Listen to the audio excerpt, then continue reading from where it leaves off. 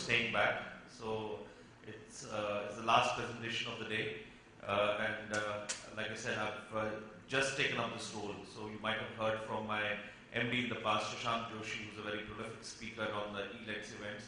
So this time I had the good fortune of being seconded to present here. And I've just returned from my current Bhumi. I've spent 15 years in Singapore and come back to my Janam Bhumi to do this mobile payment role. And I think it's a good time to kind of get reacquainted with India with this eGovernance and mGovernance. And Singapore is quite a leading country in this function, and many of the things which the esteemed panel with me and the previous speakers have said have already been done in Singapore, and I know we are emulating Singapore in many cases, and Telangana and Andhra, we're collaborating with Singapore a lot for their new capital and stuff. And what Sir said, what sensor city, Singapore is trying to become the sensor city, and they have sensors even on trees when the branch is about to fall, so that it doesn't fall on a passersby or on a car. So they're really going to be working on Internet of Things, IoT.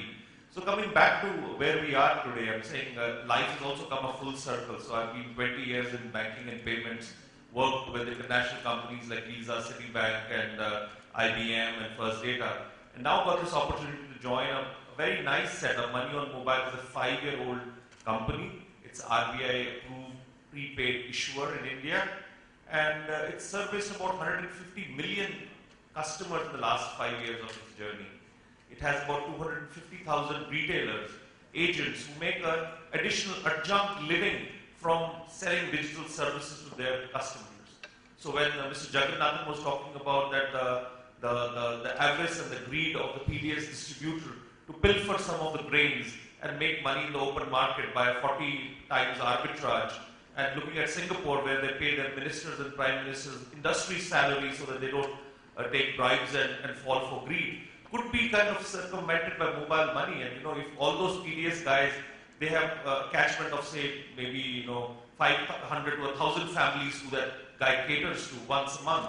On the remaining days, he can do mobile phone recharge and do money transfers for the same customers who are not in the banking sector and make some additional fee-based income. So Mr. Jagannathan is not here, so if the organizers can pass my message to him that we would like to get all of those 420,000 PDS distribution points on Money on Mobile platform. So why I have joined this company? So I would like to kind of unveil that role to the esteemed audience here. So Money on Mobile, after servicing customers through a B2B channel, is pivoting and kind of starting a B2C program, where we would provide a customer, whether it's a villager who's never had a digital instrument, a housewife, or a student in the university or a college who's never had a Visa, MasterCard, plastic or a RuPay plastic which runs online and at ATM and POS, get his first digital payment instrument. He might have money in his pocket or in his wallet or under the pillow. We'll help him digitize that and use it at multiple channels. So Sir made a good example. I'll kind of dwell on that. So if in India there are, say, 800 million mobile phones and 100 over million internet users, most of them, Sir said, 65% using mobile as a internet device, want to shop. So, and they don't have a payment instrument. They see the Flipkart, Snapdeal, 20% off ad on TV and newspaper. They go online. So the first option is COD, cash on delivery, which is not cheap. The merchant pays about 6% for the cash handling. Sometimes there's a flight risk that Chotu, who collects cash, never goes back to the company, runs away with the money. And there are counterfeit notes, foil notes before 2005, which will be discarded by the end of this month. So there are a lot of challenges. So cash is not cheap. So what we are saying is that, and then many zip codes don't have cash on delivery. So I was born in Srinagar and I live in Jammu. People think it's a risky zip code. They might not want to collect cash from those zip codes. So what we say that through our agent network, people can digitize their cash, load their mobile money wallet, and we have direct integration with telecom companies, utility companies, airline, bus ticketing companies, and e-tailers, so that you can transact seamlessly. So people don't have to have the cash on delivery option to be at home when the delivery is done, or leave cash with a family member or with the maid and what have you. So those are all risky options. Our solution is very transparent on fees and pricing. It's safe and secure. It's RBI regulated. So if you guys have not experienced this product, please do that. And I would say the government has been very supportive. If you guys read the newspaper, I just read the headlines, I didn't read the full article, where if we go back in time, cash used to be free, right? You pay through cash and you pay 100 rupees, that's 100 rupees.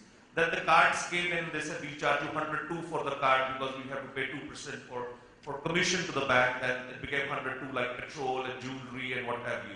And then that came off.